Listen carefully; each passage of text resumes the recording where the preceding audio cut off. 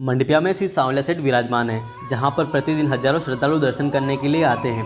श्री सांवलिया सेठ सबकी मनोकामनाएं पूर्ण करते हैं और जब लोगों की मनोकामनाएं पूर्ण होती है तो लोग यहां पर सोने चांदी के चढ़ावे प्रभु को अर्पण करते हैं। लेकिन क्या आपको पता है कि श्री सांवलिया सेठ मंडपिया में आए कहां से?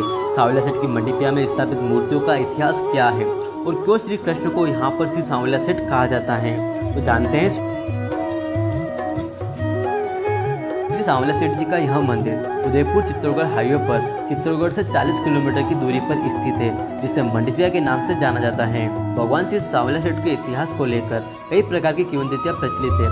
आज उनमें से कुछ किंवदंतियां आपके सामने पेश करने जा रहे हैं, तो चलिए शुरू करते हैं।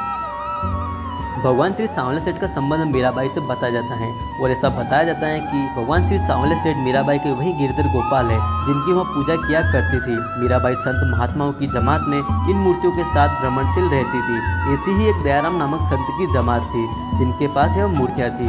एक बार जब औरंगजेब की मुगल सेना मंदिरों को तोड़ रही थी, मेवाड़ राज्य में पहुँचने पर मुगल सैनिकों को इन मूर्तियों के बारे में पता लगा। तब संत दयाराम जी ने प्रभु प्रेरणा से इन मूर्तियों को बांगुर भातोड़ा की छापर में एक वट वृक्ष के नीचे गड्ढा खोदकर पथरा दिया। फिर समय बीतने के साथ संत दयाराम जी का देवलोक गमन हो गया। कालांतर में सन 1840 में मंडपिया ग्राम निवासी बोलाराम गुज्जर नामक एक ग्वाले को सपना आया कि भातोड़ा बांगुर की छापर में 4 मूर्तियां जमीन के नीचे दबी हुई है। जब उसने वहां पर खुदाई की तो बोलाराम का सपना सही निकला और वहां पर एक जैसी 4 मनोहारी मूर्तियां निकली। जो मूर्तियां देखने में काफी मनोहारी और काफी खूबसूरत थी। देखते ही देखते यह खबर सब तरफ फैल गई और आसपास के लोग प्राकट स्थल पर पहुंचने लगे। फिर सर्वसम्मति से 4 में से सबसे बड़ी मूर्ति को भातोड़ा ग्राम ले जाया गया। भातोड़ा ग्राम में प्रसिद्ध ग्रस्त संत पुजारी भगत रहते थे। उनके निर्देशन में उदयपुर मेवाड़ राज परिवार के पिंडर ठिकाने की ओर से श्री सांवलिया सेठ का मंदिर बनाया गया। यह मंदिर श्री सांवलिया सेठ का प्राचीन मंदिर के नाम से जाना जाता है। मझली मूर्ति को वही खुदाई की जगह स्थापित किया गया, उसे प्राकट स्थल कहा जाता है। जबकि सबसे छोटी मूर्ति बोलाराम गुज्जर द्वारा मंडपिया ग्राम ले जाई गई, जिसे उन्होंने अपने घर के परिंडे में स्थापित करके पूजा आरंभ कर दी। चौथी मूर्ति निकलते समय ही खंडित हो गई, जिसे वापस उसी जगह पथरा दिया गया। कालांतर में सभी जगह भव्य मंदिर बनते गए। तीनों मंदिर की ख्याति दूर दूर तक फैली है।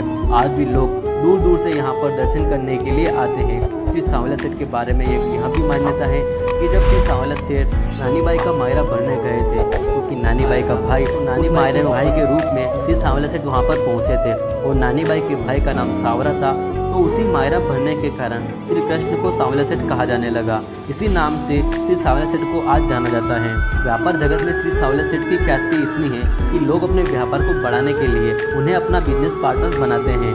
अब बात करें दूसरी किंवदंती की। 1840 में तत्कालीन मेवाड़ के महाराणा यहाँ पर एक सड़क बना रहे थे। तब सड़क के दौरान रास्ते में कुछ खुदाई की गई। रास्ते में खुदाई के दौरान एक वृक्ष के नीचे 3 विशाल मूर्तियाँ निकली। यह मूर्तियाँ श्री कृष्ण की मूर्तियाँ थी, जो आज वर्तमान मंदिरों में विराजमान है। ऐसा बताया जाता है कि उसके बाद उन मूर्तियों को सभी अलग अलग जगह पर स्थापित किया गया और प्राकट स्थल मंदिर जहाँ पर बना है वहीं पर खुदाई हुई थी, जो भातोड़ा ग्राम में स्थित है।